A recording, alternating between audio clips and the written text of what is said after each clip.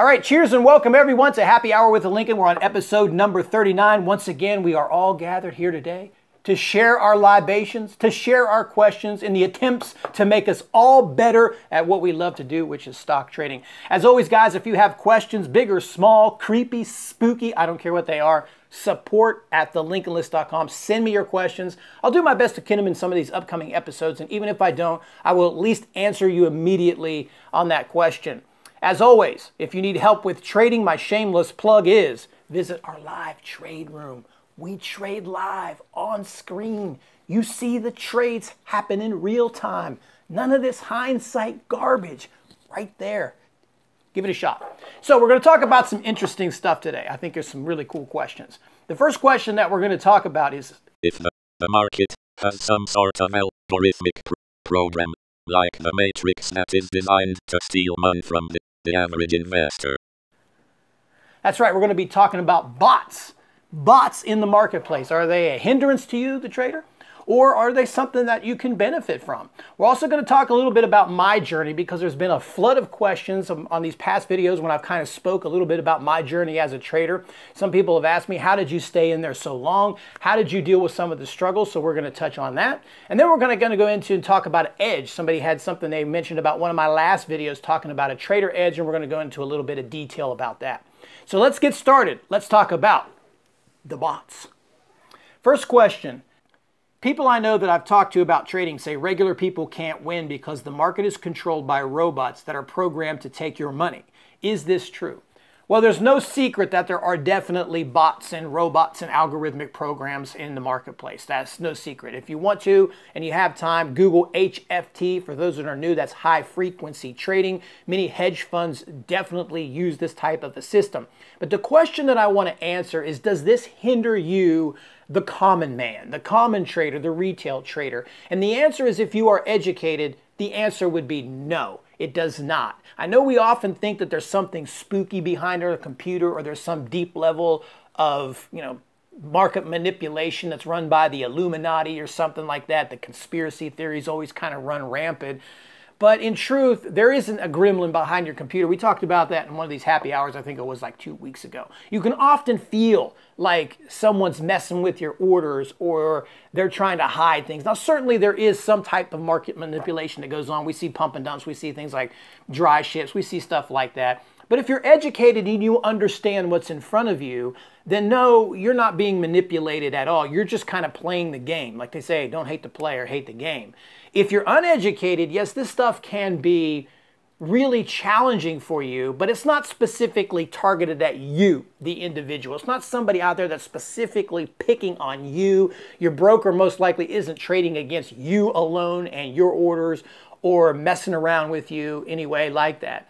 Now, one of the videos I just did the other day was called VWAP, and here's a great example about how this can help you. And if I can remember, I'll post a link somewhere here on the screen where you can take a look at using the VWAP indicator. Once you understand where a lot of algorithmic programs are, like for example, on the VWAP, you'll know how to play that trade, and it gives you a little bit of an advantage, which we'll talk about later with the edge. So the quick answer to this after I've ranted about it is no, nobody is specifically manipulating you or targeting you, or these algorithm programs aren't sit there and designed to cost you money. They're just out there to make themselves money, and you either need to ride the wave, or if you're not educated, then you could definitely get chewed up. Now our next question will be, you always talk about the growing pains you had at the beginning of your trading. I wanted to ask you 2 questions about something in your past videos.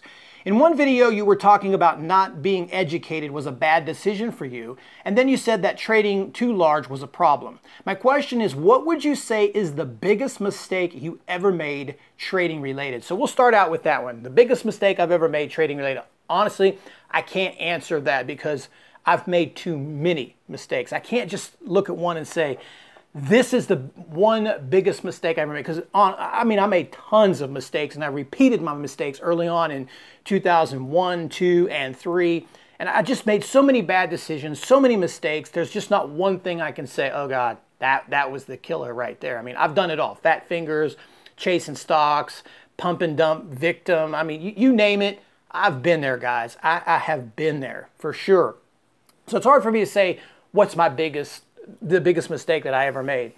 Now, I will definitely say that education is a very big part of it. And not just because I'm in the educational business and I have a service, but you really have to take the time in the beginning. I don't care who you go through. You go through me, you go through someone else, you read books, you go on the internet through YouTube and you see some free videos, whatever route you want to take. But do me a favor and learn how to just get some basics down about how to manage your money, how to get some sort of a process under your belt. Watch the market at first before you put any real money at work, because I'm telling you, you're going into an arena where you don't understand. If you remember about the question that was just prior to this, is algorithms out to hurt you? They're out to hurt people that don't understand things.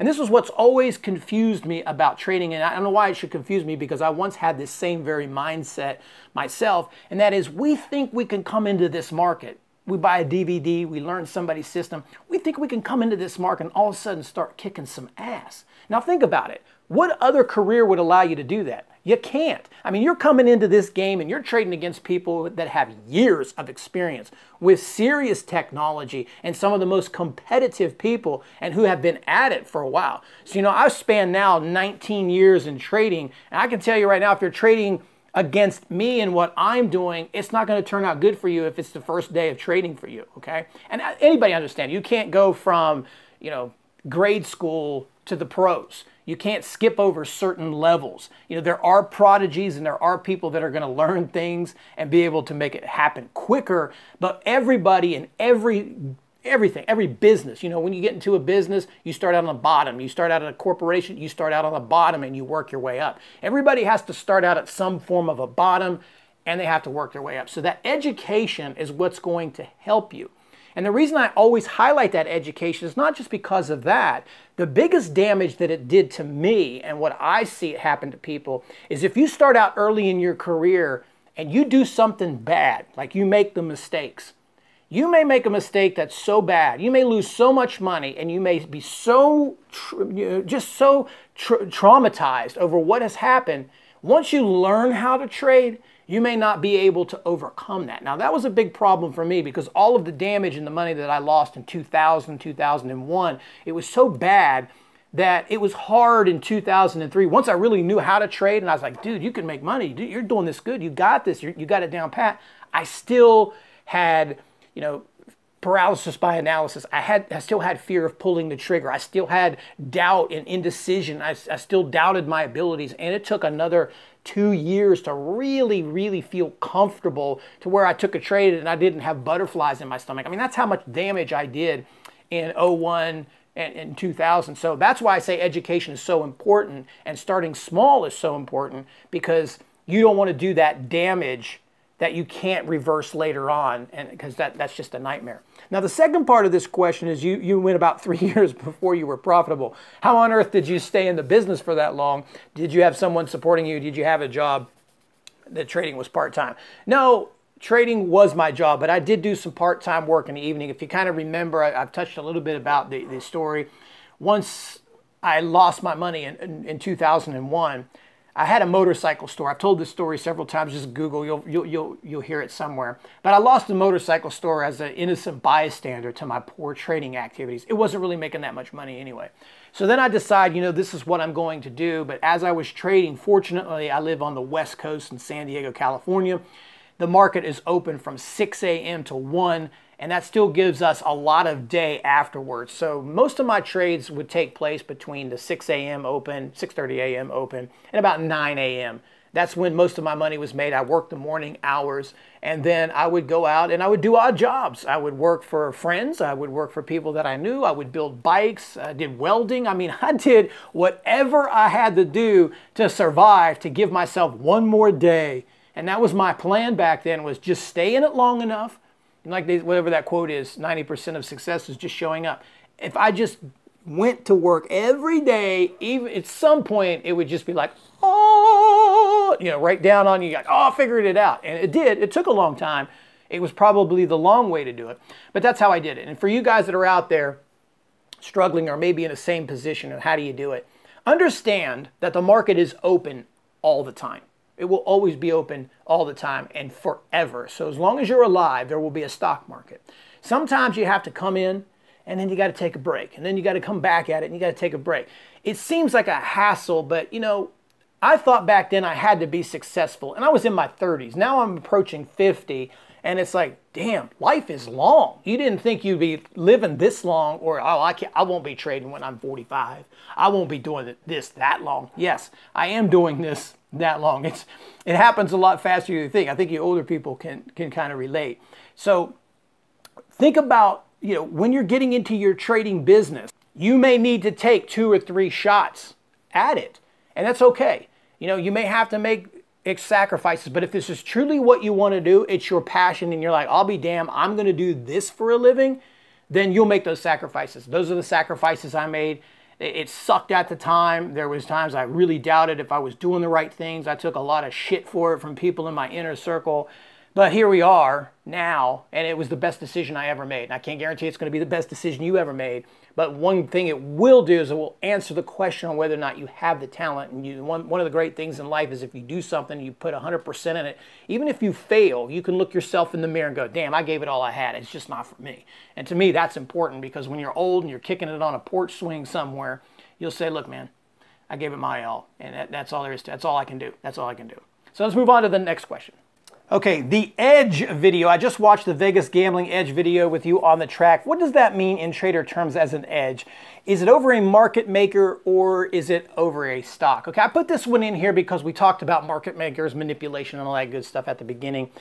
Again, if I can remember, I'll put the link to it's an old video a couple years ago I did when I was at a Vegas racetrack, because I was talking about gambling versus trading. Because you're going to hear a lot of people ask you, is trading gambling? And my answer has always been no. And that's because of that very thing that we're talking about in this question, which is an edge. So when you trade a stock, okay, if you guess at that, or it's a revenge trade, or it's a trade that's not in your plan, then that becomes a gambling trade. An edge is when you have something that stacks the odds in your favor. So for us traders, what we rely on, most of us day traders, are setups. We see something. Doesn't matter what it is. It could be MACD crosses, VWAP, 10 moving averages, breakouts, breakdowns, parabolic shorting, whole numbers, wicks, whatever kind of terms or how fancy you want to make it. But there's something that every trader has, a sequence of things that happen within a chart based on price, etc., that tells them this is a odds-on winner for me. My odds are in my favor. So for me, when I see something that I like, the chances are that about 80% of the time, I will be right on that trade. In most cases, probably more than that, I'll be right on the trade. The rest of it's going to come down to, did I execute it well? And did I manage it well and not get shaken out? So most of the time when I see that and I have an idea and I say, this stock is going to go up, in 80% of the cases, it will go up. If I say it will go down, it will go down. Of course, the rest of that is timing that correctly, having the right size, not getting shaken out. That's a completely different topic. But that's what we mean by the edge. Having that edge puts, you become the house. Like when you go and you gamble on a roulette wheel, they spin that ball around there. It's 50-50, right? It's just 50-50. You put in slot machines, those things are programmed, or you're playing cards or something like that. That stuff is just luck. That's all it is. It's luck. And traders don't operate on luck. We can't feed our families on luck. We can't pay mortgages and car payments and take trips and bank money. We can't do that on luck. We have to have an edge. And this is what we call your process. You have a specific thing.